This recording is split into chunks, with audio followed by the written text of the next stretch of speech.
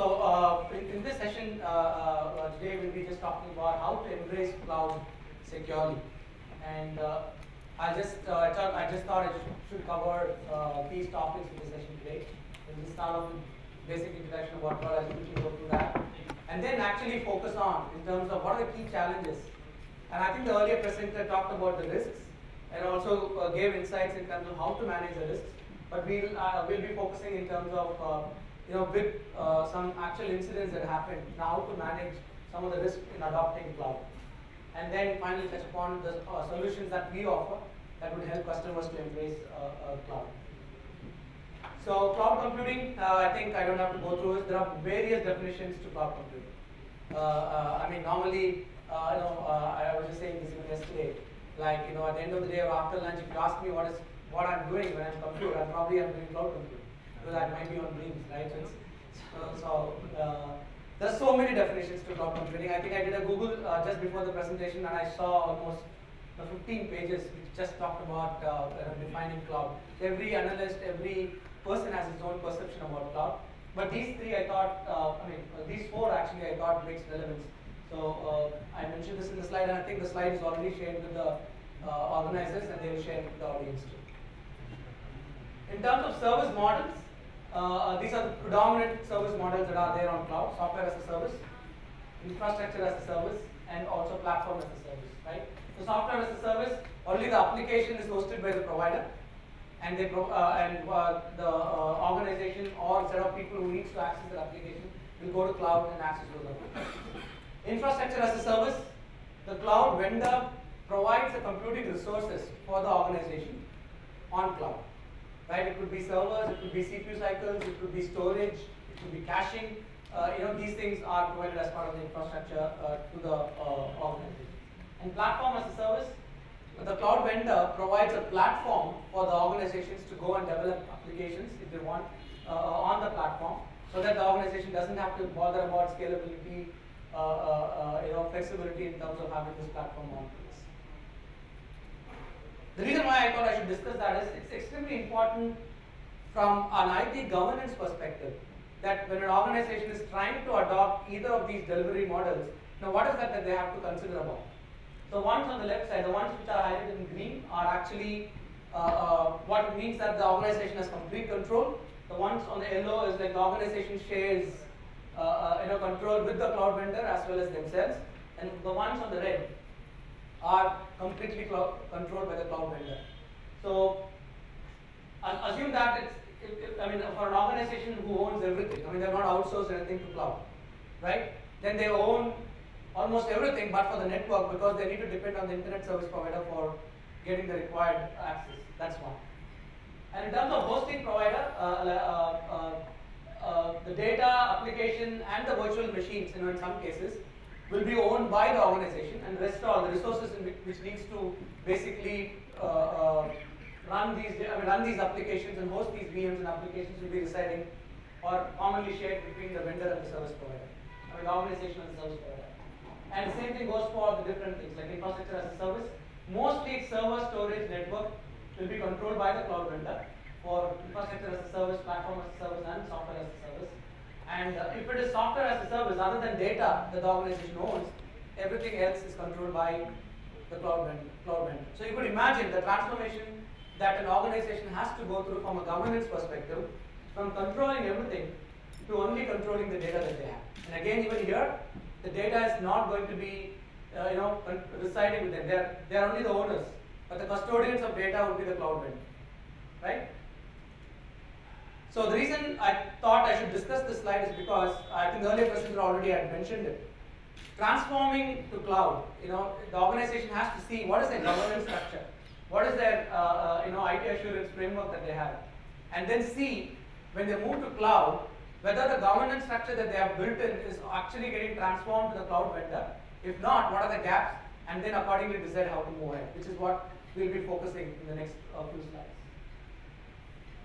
So in terms of deployment preference for customers, so this was a survey done by Data Security Council of India for about 48 different organizations belonging to 6 verticals. And there were about 75 people, top management people from these organizations, who actually participated on this survey. So any statistic that I mentioned from now on is from that particular survey, because I thought it's very relevant to India, and that white paper also will be shared with the organizations. They came out with a very interesting white paper which I think will be useful for all of you. So in terms of deployment decision matrix, what actually influences cloud deployment? So few factors that they said was, like, of course, cost effectiveness. I mean, definitely, I think most organizations saw a benefit of moving to cloud in terms of reducing their both capital cost as well as the operational cost, capital expenditure as well as operational expenditure. Management control, reliability, accountability, standardization, adoption, and security were the key decision factors which influence them to look at cloud. And mostly people were comfortable going for the hybrid cloud. And the reasons being, so okay, I'll just explain. What is public cloud? It's there on the cloud, common to everyone, right? Everybody will be sharing the same infrastructure that the cloud vendor has prepared. In private cloud, the cloud vendor has designed or is offering resources dedicated to a specific organization, right? That's a private cloud. And hybrid cloud could be a mix and match. Most organizations have gone for community cloud or hybrid cloud. Hybrid cloud, what it means is like, and that's the most preferred model too when the organizations are trying to adopt cloud, right? So they do pilots on different cloud models. They take one application, they do pilots for different cloud models, and then see which actually is most flexible and which probably could be easily adopted. And then look at expanding their requirement to probably other applications and other infrastructure requirements that they need to outsource on cloud. So the community cloud is specifically designed for a vertical, like it could be banking, it could be BPOs, it could be KPOs. So any cloud vendor that is specifically focusing towards a specific, is focusing towards a specific community, that's called as a community cloud. So you could see the adoption rate for hybrid or community cloud being more, because they would just want to try different models and see what best suits them. So customers now are in a phase where they're trying to evaluate multiple cloud options. In terms of cloud adoption rate in India, only 2% of the organizations who actually surveyed said that they're trying to migrate everything on cloud. Of course, there are so many reasons for it, and there are so many challenges, risks that they actually foresee because of which they're not ready to migrate to cloud. But 39% of them are already using some cloud computing services, which means that either one application or one particular requirement of that particular organization is outsourced or serviced by a cloud vendor. The challenge is why they're actually not ready to adopt cloud predominantly boils down to these things: data security and privacy challenges, compliance issues, legal and contractual issues. So this applies for every organization, even when they have not outsourced on cloud. As an IT organization or a security organization, these concerns are already there, right? Data security and privacy is a concern. How is that the organization ensuring that they are adhering to data security requirements of their users, of their employees, and also their customers? Compliance issues, they have to go through compliance audits frequently, and they have to prepare their setup to ensure that they are compliant to the compliance requirements of the particular organization. Legal and contractual issues, of course. But it gets compounded when it moves to when this particular thing, or when the organization is trying to consider cloud, is because of one major factor, which is lack of trust. And lack of trust is further subdivided into accountability, ownership, multi-tenancy, and geolocation. So even when an organization has complete control of data, network, servers, applications, they have concerns about data security, privacy, compliance, and legal issues. But imagine what is that they have to go through if they are going to outsource this on cloud, right? They don't have any visibility in terms of where the data is going to be. Who are the administrators who are working on infrastructure that is dedicated to them, right? And when it comes to multi-tenancy, they're really worried.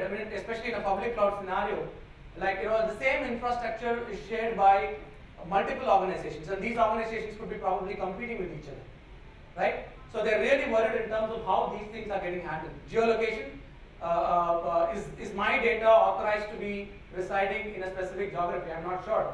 And where all is the cloud service provider operating? Which all locations probably is he storing data? So all these things is a big factor for customers to actually think of moving their infrastructure or applications on cloud. So we'll focus on each of these challenges now. Again, this is from the survey that I just mentioned about, that was done by Data Security Council of India. So the major data security challenges that they said were data segregation and protection and data loss prevention. So they're not sure in terms of how the cloud vendor are going to address this. So data segregation and protection. What this means is in a multi-tenancy environment, as I said earlier, how is that my data is separately stored and separately managed, and am I absolutely confident that my data is not going to be seen by another organization who's probably using the same service as me, right? They're not confident about that. Data loss prevention. This is a big concern for most organizations, even if they're not outsourced. Like, almost every discussion that we have with senior management, they're actually worried about data leaks, because the modern threats, the attacks that are happening now are intended to steal information, right? So even when they have control of data and they own and manage data themselves within their own premise, they're not confident or they're not comfortable in terms of how they're going to secure the data. But when this data gets moved out to cloud, they're really worried in terms of how data loss prevention would be managed and who would be made accountable if there is a data breach. So that's the biggest challenge that they said actually. The two other important things are identity and access management. I think is extremely important again, because they are worried in terms of how my identity would be validated by the cloud vendor, and how is that somebody else's identity will not get an authority to view data that I own, right? So that's a basic concern that these organizations have. In terms of data privacy, the two major things, I'll just touch upon two major things: privacy protection and trans-border data flow. So, say for instance, specific to Europe, like they have stringent clauses which says that personal information of, like let's take for instance Germany. A German citizen should not be moving across other geographies, right? They're not. I mean, if that happens, it's a huge data breach. It's a huge compliance issue. But when it comes to adopting cloud, probably it's a concern for that organization. If the cloud vendor has presence across the globe, this organization will not be sure whether the data that has to reside within a fixed geography, where all is it getting replicated. And if it gets replicated, what is going to be the liability for him, whether the liability will be with the cloud vendor or will it be with this particular organization. These challenges will be there. And the second thing is like privacy. Even India, with the amendment of IT Act, has got some good privacy guidelines, right? In terms of ensuring that employee private information are not compromised. So when organizations are outsourcing certain application which has employee private information, like say for instance the payroll processing system if it's outsourced, or if HRMS application if it's outsourced, it has lots of personal information. So if it has personal information, and if the information and if this application is outsourced on cloud, what is going to happen if there is a privacy breach or if there is a data breach? Who is going to be made accountable for it? How is that the organization can control that there are no privacy issues when such things happen? So that's another issue when it comes to privacy. In terms of compliance, the two major challenges are, still most vendors are actually hesitant to demonstrate compliance. Say you are an organization who needs to be PCI compliant or HIPAA compliant, right? So is this organization or is the vendor who are trying to outsource, cloud vendor who are trying to outsource, how are they going to ensure that they are also compliant with these standards which you need to, right? So they might say that they are PCI compliant, they might say that they are HIPAA compliant, but what are the things that they are doing to ensure that they are compliant? And prove to me as a customer that you are doing certain methodologies, certain assessments, and certain practices which helps you to be compliant with these standards. So that visibility is not there to customers yet from the cloud vendors. So that's a big concern. And feasibility of audit and assessment. Like if the customer wants to do an audit or an assessment of the systems that the cloud vendor has, either themselves or to a third party, the cloud vendor doesn't normally allow, right? So again, this is a big problem because of which they're not willing to adopt the cloud. This is another challenge that was stated, and it's from a compliance perspective. Legal and contractual thing, I think already the earlier speaker mentioned, who is going to own if there is a liability? If there is a data breach or if there is any kind of breach that happens, especially in a case where I've outsourced certain applications or data on cloud, who will own the liability? Are the cloud vendors willing to share the liability because of a data breach? Still, the answer is not very clear, right? And if the organizations are, if the application that is hosted on cloud has some intellectual property in it, right? If it has some intellectual property in it, and if it gets breached, or if that particular information gets leaked out, and if there are intellectual property rights, patents, etc., then is the cloud vendor willing to share that liability whenever such incidents happen? Unfortunately, most cloud vendors don't, right? So that's another big concern for them to move on cloud. So we have discussed about the challenges, we have discussed about the delivery models. Now we'll talk about what are the key risks for organizations and how and what should they be doing to manage those risks. Loss of governance. It starts from there, right? As we discussed earlier, every organization has a governance framework. Now, when certain infrastructure or applications move on to cloud, how are they ensuring that the governance framework that they have is also adopted by the cloud vendor? And it becomes very tough for them to measure this because they don't have any visibility. They don't have any visibility in terms of the cloud infrastructure, where the data is residing and things like that. So that's a big concern. And in this case, example is PCI DSS compliance. Assume that you have to be PCI DSS compliant and you're outsourcing an application which has credit card information on cloud. How will you ensure that the cloud vendor also is compliant with PCI DSS? So basically the trust factor, right, which we discussed earlier. They're not sure whether the governance framework that you have will get extended to cloud.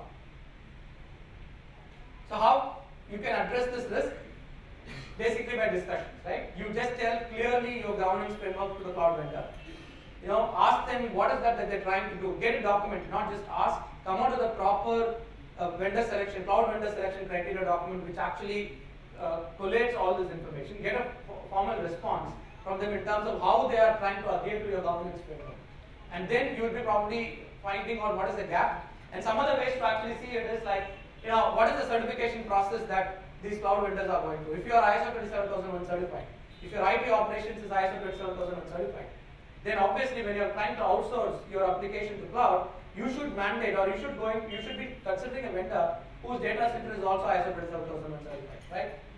The same way as COVID, ITL and things like that. So your governance framework, whatever certifications that you have with respect to these processes, ensure that your cloud vendor also has got those certifications. Other than just getting in terms of how they adhere to your governance framework. Any questions so far? Go ahead. The second risk, which is data protection. In this example, it actually talks about a data leak that happened where 51,000 personal records from UK was lost because of a backup tape went missing. So backup tape was actually shipped from one data center to the storage place. At that time, the backup tape got missed, and 51,000 personal records of UK citizens were lost. So you could imagine what could be the implications with respect to legal issues as well as compliance requirements. So how do you think this can be addressed? What mechanism? This can happen even for an organization like you, right? Data encryption, or one is like data being lost, but you got to still report that the data is lost. No, but if it is encrypted, then it will not be useful. One way is like encryption, right? One of the methods is encryption, but it basically boils down to in terms of what is your backup strategy. How are you ensuring that the information that is getting backed up doesn't get missed? We only talked about backup as one instance, but the major issue is data protection, right? So data can get lost through any ways. The way the incident actually talked about the backup tapes went missing, but the data might get lost through any ways, right? I mean, assume that a user is trying to, the administrator gets control of the data and things like that. So again, when this thing comes out, every slide from now on, which actually proposes as a best practice, talks about ISO 27001 controls. Right? The reason why I thought I should put this is because if you are having an ISO 27001 certification, you probably would be complying to these controls. You should also ensure that these controls are getting extended by, are being adopted by the cloud vendor, and you have a firm written communication from the cloud vendor to see how they are adhering to these controls. So some of the questions that data protection and privacy should be ensured as required in relevant legislation.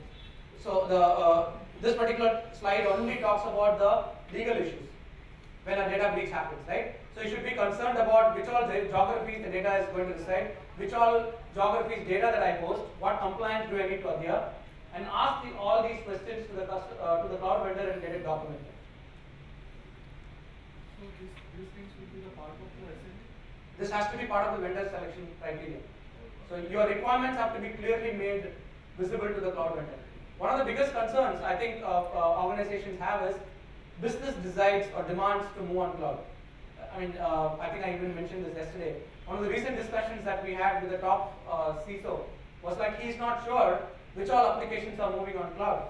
Probably he's saying as I drop, a business might probably is willing to shift some application on cloud, and I might not be even aware. Because they don't have to depend on IT or security for this, right? I mean, they just decide that this application is going to give business benefits if they move on cloud, and they go and start using that service on cloud. So it's extremely important to clearly document your requirements, your concerns, share it with the cloud vendor, and see how the cloud vendor responds to your requirements and concerns, and then decide. Right? Then, based on the response, you can come out with the risk assessment framework. Probably there are still some open risks, but you at least know that these are the risks. And then you decide whether the organization has appetite to take that risk, and then decide to move on. The same thing for data availability. So in this case, it's backup, as you rightly pointed out. The earlier slide was actually talking about data protection. If data gets lost, what will be the legal implication? This particular slide actually, it happened for Microsoft. So Microsoft offers a service called Sidekick, which basically backs up contacts, photos, calendar appointments, etc. And lots of personal data gets stored on it. So in this instance, what had happened was they were not able to retrieve, this particular service got crashed, and when the service got restored, they were not able to restore some of the information which was managed by this particular service. They did manage to restore, but not all information got restored. So again, the concern is, what if something happens like this to a cloud vendor, right? You store some of your critical applications and data with the cloud vendor, and if for some reason that service gets crashed, how are they ensuring that the data that you have will be made available? That would be a concern, right? So again, for this, there is ISO control with ISO control for backup media handling, which clearly talks about the detailed policies and procedures for backup. Ask the vendor in terms of what they do, how do they take backups, how do they secure the backup tapes, and how do they ensure, and what is the SLA that they give for data availability when such instances happen, when their service or one of the critical components crash. This is another important one, deletion of data. This is still an ambiguity, right? So Facebook, for instance, you have a Facebook account. I'm just picking up Facebook. It applies with any major cloud vendor, right? So you have a Facebook account. Today you decide that you need to delete the account and you don't need presence in Facebook.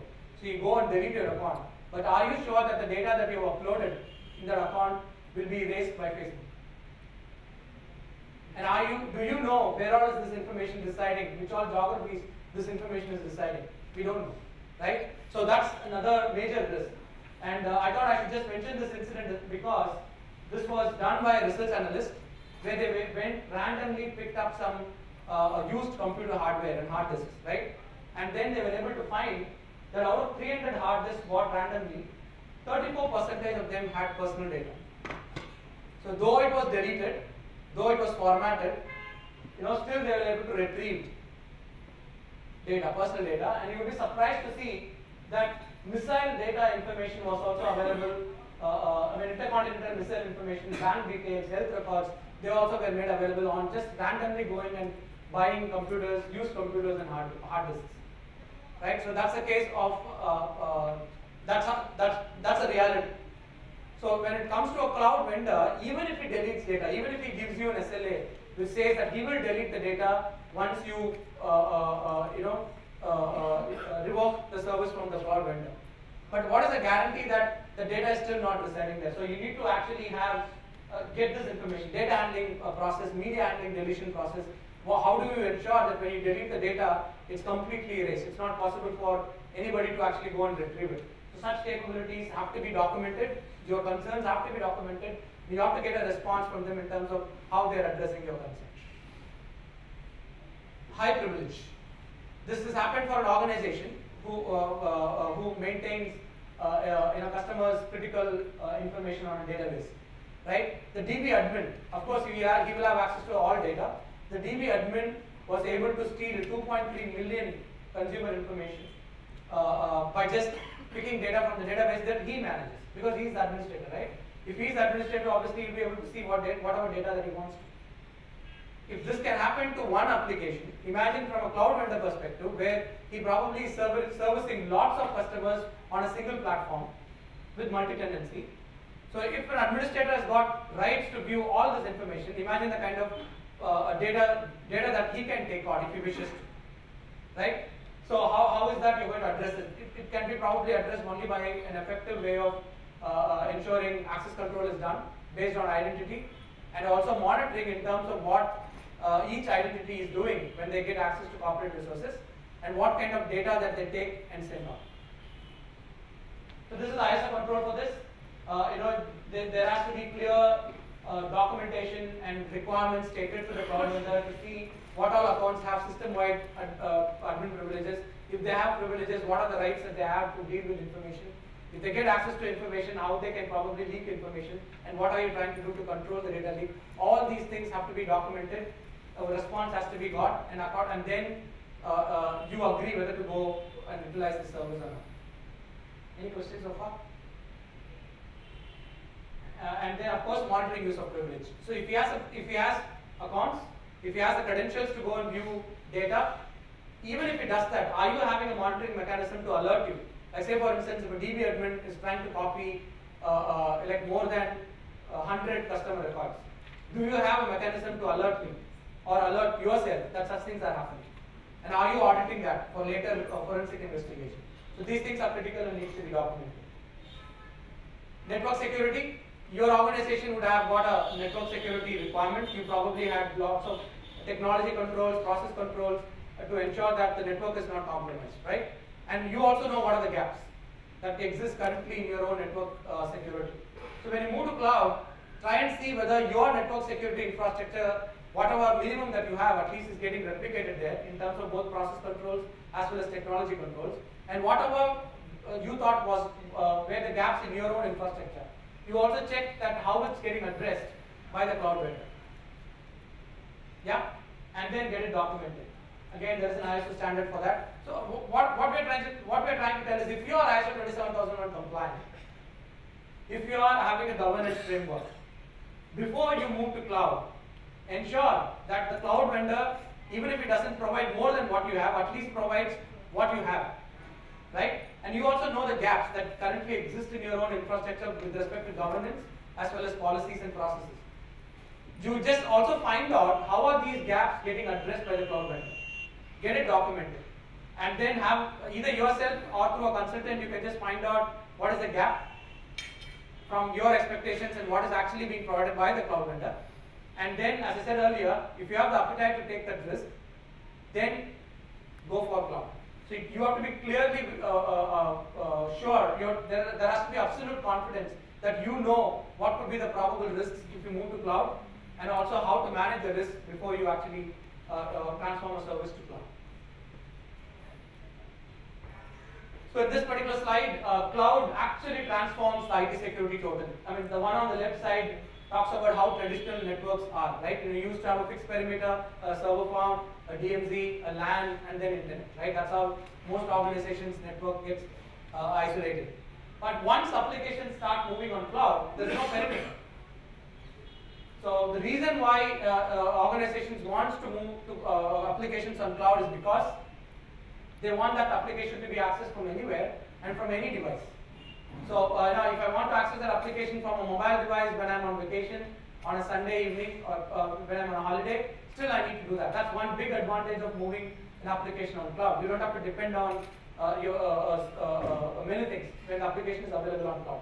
But because of that, you should also think how your network infrastructure security or IT security framework has to change, because you don't have a perimeter anymore.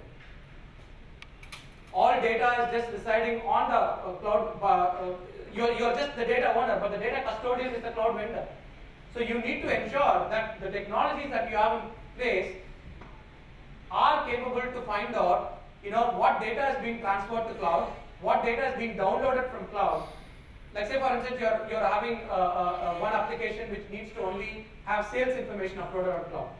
But by mistake, if somebody attaches the organization's financial statement before it becomes public to cloud, it's a big risk, right? It becomes available to everyone. So once, if you are preparing to move applications to cloud, you also should be absolutely sure to control what kind of data can be moved to cloud. So your own IT infrastructure needs to be changed, modified to and made data aware.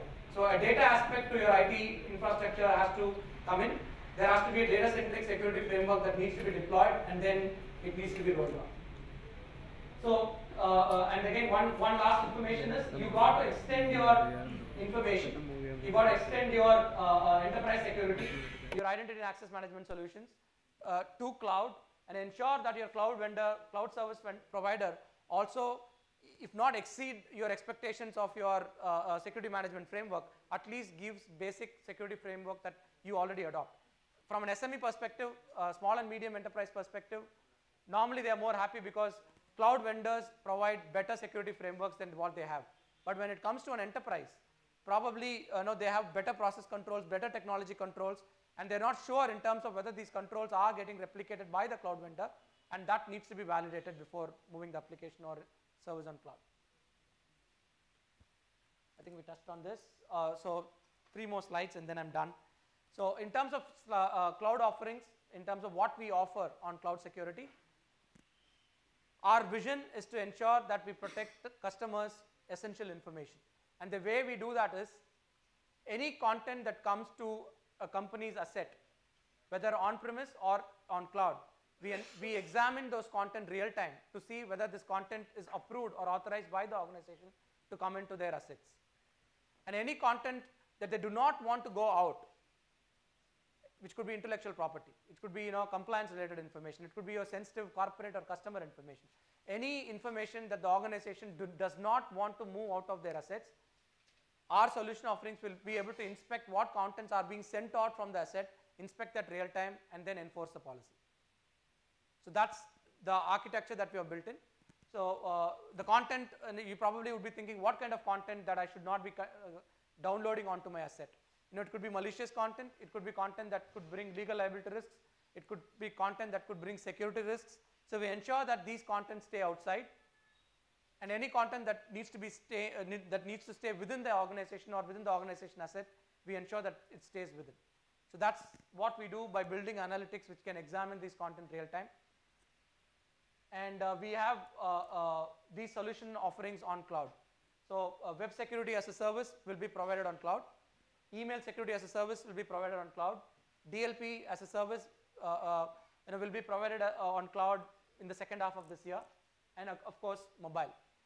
So if an organization wants to have a mobile security strategy, if they want to adopt BIOD, bring your own device, right? So then with our solution offerings, they will be able to ensure that even if they allow their employees to bring their own devices, still their organization security policies can be enforced on their devices.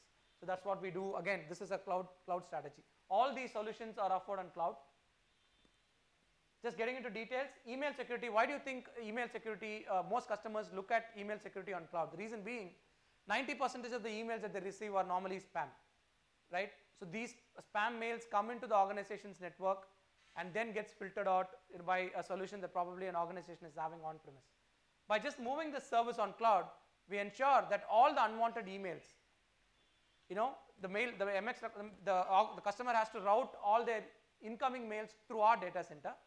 And once they do that, we inspect the mails based on SLAs. We sign up an SLA which says 99% spams will be removed, 100% known viruses will be removed from the mails. So we ensure that we enforce all these policies based on the SLA and deliver only deliver clean mails to the organization's network, which means they get lots of saving in terms of the internet pipe from downloading these unwanted mails. So that's what we do. Yeah.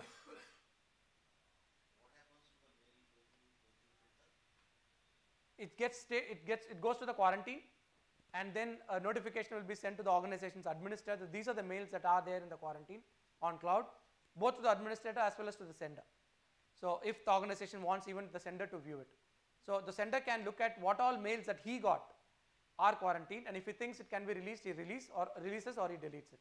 And if the user doesn't take any action, after a week we delete the mail from the quarantine based on the configuration. Depends on the configuration. Depends on the configuration. And also we can extend that for spam, anti-malware, AV, etc. We also can do encryption on cloud. So these are the services that we offer on cloud. On web, what we do is like the organization. Sorry.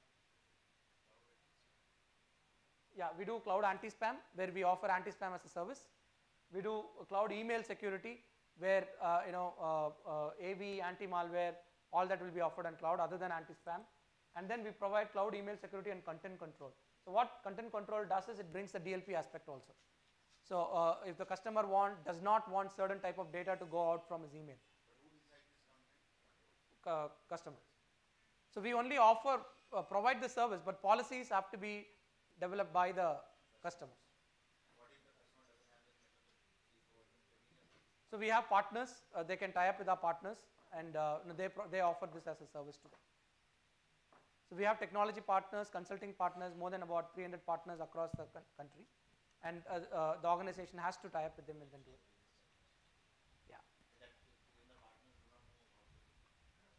Now there are actually some good. We can recommend. We will recommend good partners. The good partners are always far away, distance away. They are not.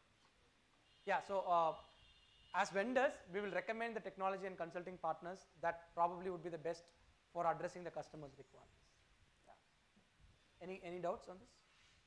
So on cloud, what we do for web, what we do is like organization can enforce internet usage policies on cloud. Like say for instance, one of the biggest challenges that organizations have now is when the user is within the organization's network, they probably are enforcing policies. But when they are roaming, how are they ensuring that the policies are enforced? So what we can do with our solution is, like irrespective of where they are, within the organization or outside the organization, organization's internet usage policy will be enforced.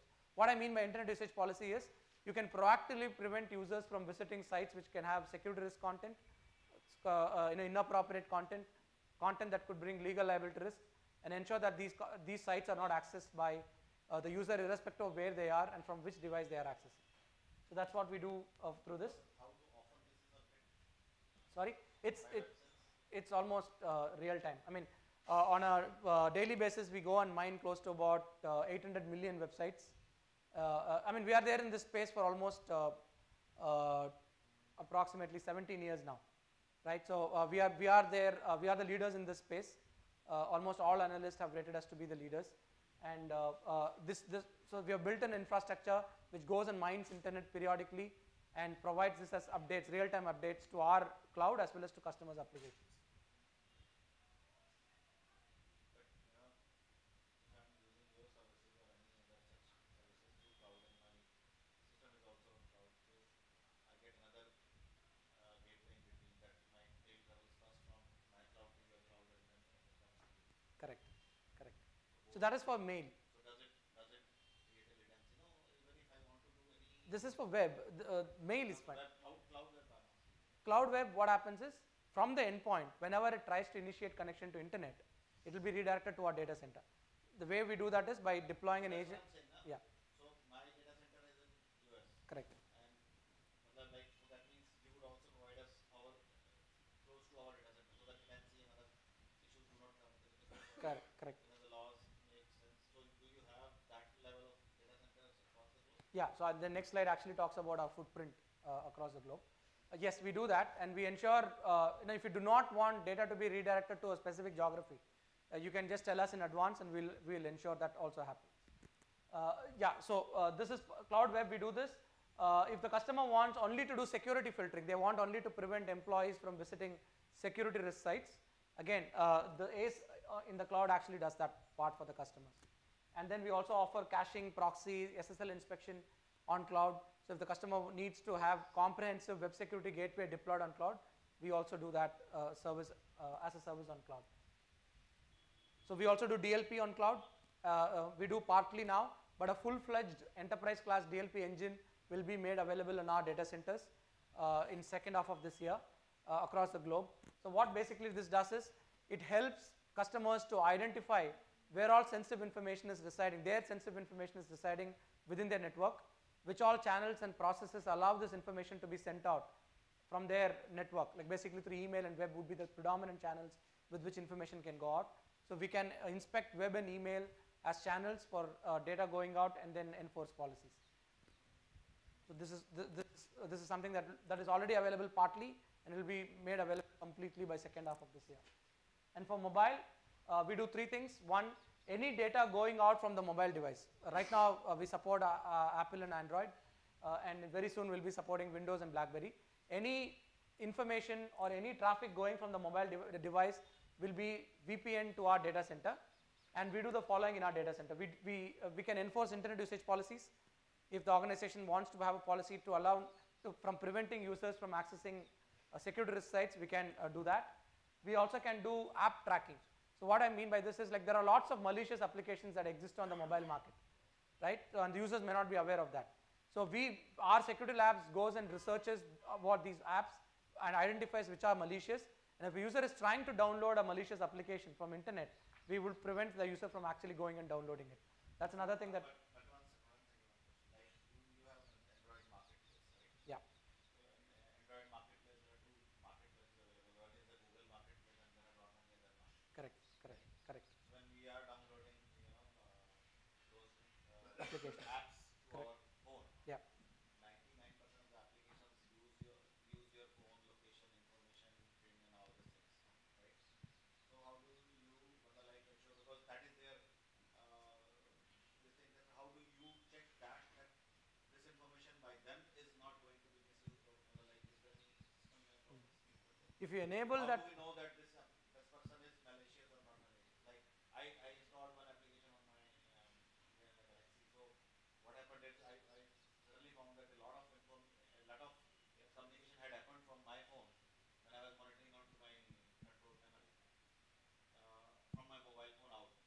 So I got surprised, when I could see that Some applications that are. application had synced all my context data to its web store, because the moment I logged in with them, it took out all of my contacts, and it had got nothing to do with my contacts. Correct. So I immediately had to remove it, but since I was so sensitive, I could do it. But I'm sure that application, my son told me, Papa, it has got 10 million downloads, so you better download and use it. So I downloaded and used it now. Yeah, that level How of. do I protect this kind of, that's my concern immediately, that from that day came, that means that I cannot keep my, business sensitive information on my Android phone. Yeah, so I'll just touch upon that. How can you I'll touch upon that. So that's actually the MDM part. I'll touch upon that. So this actually, any traffic will be redirected to cloud, and we will be able to give complete control in terms of what sites that they're accessing, what applications that they're downloading, and things like that, and it gets reported also. So accessing. I'll come to. Accessing. No, I'll come to your requirement. Sites are accessing what information of my mobile phone? I'll come to that. Do we get to know? You can, yeah, we can. So, and then with DLP capabilities, even if the application is synchronizing your contacts, for instance, to cloud, right? And if you have a policy which says that no personal information or not more than 2-3 personal information should be uploaded to the cloud, then with the DLP engine on cloud, we'll be able to inspect that real time and block it. Even if your application is trying to send that, we will be able to block it or notify you that the application is trying to send this information to internet. So that will be possible with the DLP engine that is there. That's one. I'll also tell you how to control it. How can you even prevent the application from sending this information? I'll touch upon that later as we move ahead in the slide.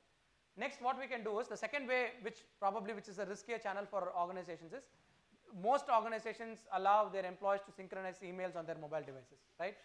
So with our solution, what we can do is any email that gets synchronized onto a mobile device will be inspected real time to see if it is violating the organization's policy. What I mean by that is, if we do not want very sensitive information to be downloaded to a mobile device, we can send a notification to the user saying that you are trying to download a malicious mail, or it's not a malicious mail, a sensitive email, and then you probably would be able to see this from your laptop or desktop and not from your mobile device. such notification messages can be sent out by we doing this inspection real time. You also can say the attachments cannot be downloaded, it can be only viewed. Such capabilities can be provided by the email solution. Now to get on to your part, like we also have a mobile device management solution which helps the organizations to decide what kind of applications can run on a mobile device. Like if you have to do a remote wipe, how you do a remote wipe. So with this, what we can do is, you can tell, you can have a policy which states, other than these approved applications, no other applications should have access to your contacts. So even if you install that application, and by default if that application is trying to access your contacts or other data stores, by just having a central policy which whitelist application which can have access to these, you can ensure that even if you download that application, it will not have access to that data. I'm done. Yeah, I'm done. So this is the global footprint that we have. I think in terms of the data centers that we have across the globe, we also have a data center in India. So one of the important thing that I forgot to mention is the cloud, as per the Indian telecom policy, it clearly states that the information specific to India should not, I mean, if the organization wants to outsource to a cloud vendor, they should have a data center within India itself. So that's an important thing that needs to be considered when you are trying to move to a cloud vendor. So in our case, we also have presence in India, and we offer all the solution offerings that I mentioned through our data centers here. And Sure. and for your data centers, redundancy, the nearest one, maybe like say if you take it up Singapore. Yeah. So for redundancy purpose, you will keep our information in Singapore because we don't have another data center. So that will, so only if you say that you don't want the information to go there. No, So, because the country rule, if I'm not a telecom operator provider. so we have redundancy locally built in Mumbai, but assume that there is a, so we commit 5 nines as availability, right? But if you can say that I don't want the traffic to be redirected to any other data center across the globe. And if you do that, then we will not do that. We have local redundancy built in also. So, but only if something goes wrong for entire Mumbai, like Mumbai itself goes off, then so that will be a risk that we'll tell you if you say that you don't want traffic to be redirected to any other data center. Again, traffic alone will be redirected, but data can still be stored only within a fixed data center. That can also be possible, even though your web traffic is going to a data center in Singapore, for instance, but the access logs will be always stored only by the data center in India. So such controls can also be given. So just to tell you, as I said earlier, all our solution offerings are also recognized to be the best by almost all analysts. You could see the Gartners, the Forresters, the IDCs, the Frost & Sullivan's, almost all analysts rate all our solution offerings to be one of the best. Just to tell you that it's not a new solution or a solution that we started offering recently. We have been existent in the market for over 14 years now, and most of the solutions that we offer are more than 5 years old now. And not just 1 year, we have been in the Gartner's Leaders Quadrant for more than 3 years consecutively. Yeah, going back to your cloud web security, Yeah. how do you provide the solution for SQL injection attacks also? Yeah, so there are 2 ways of web security. One, protecting your web servers from being infected, and the other web security that we are talking about is like protecting your users from going and visiting malicious websites. So if we, with our solution, we can prevent users from visiting sites which are probably infected with SQL injections. No, if there is some loophole in the website, Yes. then so only such kind of attacks can occur. correct. But we don't offer the How other do you one. ensure that security? We only protect the user from visiting the website, but we don't offer service to protect the website. Did you get that point? There are 2 requirements. One requirement is you want to protect the website as a service, right? There could be another requirement is you want users from visiting this particular website that exists on internet. We address the second part. We don't address the first part. We don't offer that as a service. But that's most vulnerable, I mean, Yeah. So popular vulnerability. no, we're not talking about the vulnerability. As a business model, we actually don't engage in protecting customers' web servers. We actually, our business model protects users from accessing inappropriate sites on internet, that exist on internet. We are not in this business space. There are other vendors who do this. We actually don't focus on this particular part. Is there any mechanism that one can come to know, that you can come to know where the application will be downloaded? To the mobile or to the laptop or to the... Yeah, depends on from which site it's getting accessed. So typically mobile apps normally reside in certain kind of Not only apps, it's a website or the email. Yeah, so mobile websites again, like Twitter for instance, right? There are specific ways in terms of where the mobile device is trying to contact, based on which we can understand whether it's a site developed for mobile devices or for other devices other than mobile devices. So we can do that, but it's still possible for a user from a desktop to go to a mobile device and then download information or access information, and vice versa.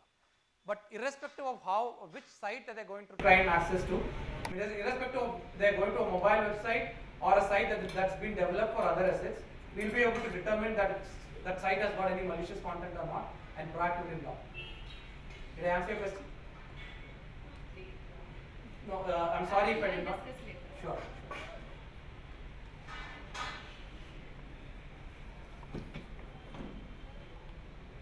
Hello. As you have number of data centers, all are tier 4 or what? So what do you mean by tier 4? Tier 4 data center or tier 3 data centers. So you So- have number of data centers. So in India, you have tier 4. No, we don't actually categorize as tier 1, tier 2, tier 3 or anything. So we have a set of mandatory things that needs to be available in a data center. So we ensure that all these capabilities are there. It goes through ISO 27001 certification process. We also are ITIL certified. So we ensure that these certification processes are done across all our data centers, and it's the same across the globe.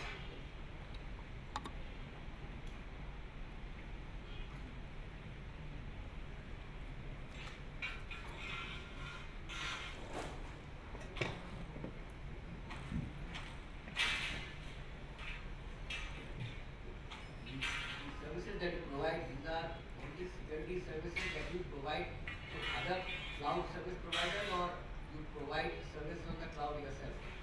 No, we do it we do it ourselves for our customers. For example, those who offer DR on the cloud, so you will offer these tools to them, or Yes. you will also offer DR on the cloud? No? So we don't offer. So we are only offering security as a service. So these are the services that we offer: web, email, data, and mobile. Yeah. Like if you are a community, Yeah. I am from Air One Aviation. We have similar airlines, charter business, who have small operations. So if we 5 of us or 10 of us make a community cloud, Yeah. so how can we have does your application support multi-tenancy? Yeah. It definitely supports multi-tenancy. No, but if we take your services and like multi-tenancy between the like if I have taken your service Yeah. and I have implemented my hybrid cloud, Yeah. not hybrid cloud, it is a community cloud. Yeah. So will one administrator or multiple company administrator be able to utilize their services for their own application itself that we pay from one single account to you, not having for 4 different customers at 4 places? So as long as there is a understanding between the community. Can there we have multiple administrators? You can have yeah. So for each, though you have a community, each organization will be created a different account on cloud. So assume that there are 5 organizations in this community who wants to avail our service. Yeah. So the business engagement will be with the community to get the license. The No. required license. So then my question comes is, okay, there are say 80% of the information we don't want each other to see. There is 20% of information one person has to monitor, control, and which is mutually agreed upon. That this information we are willing to get it shared by get it seen by the third party, and that one person is engaged for that particular job, and he is monitoring for all of them. Now there are two options. One is that he has to log in each one of them, and then monitoring. One is that he is able to monitor all of them in under one this thing, and probably like sometimes we have to do analytics and all those things. We are able to do that. So you can create roles based on your requirement. Either roles specific to individual companies within the community, or a role for group of companies within the community or for all companies within that particular community. All are responsible. Inverse is out. Should I again? Yeah. If let's say I'm having a company and my website is there, and here I'm keeping my website to your cloud, right? Your website, no, that we don't. That service we don't. We Okay. don't host web applications on cloud. Okay. We only offer web security as a service for people to access internet. So when they access internet, we act as a proxy. Just to put it simple, our service acts as a proxy to access internet, and there we will be able to inspect what kind of sites that they're trying to access, and you can have a policy around it.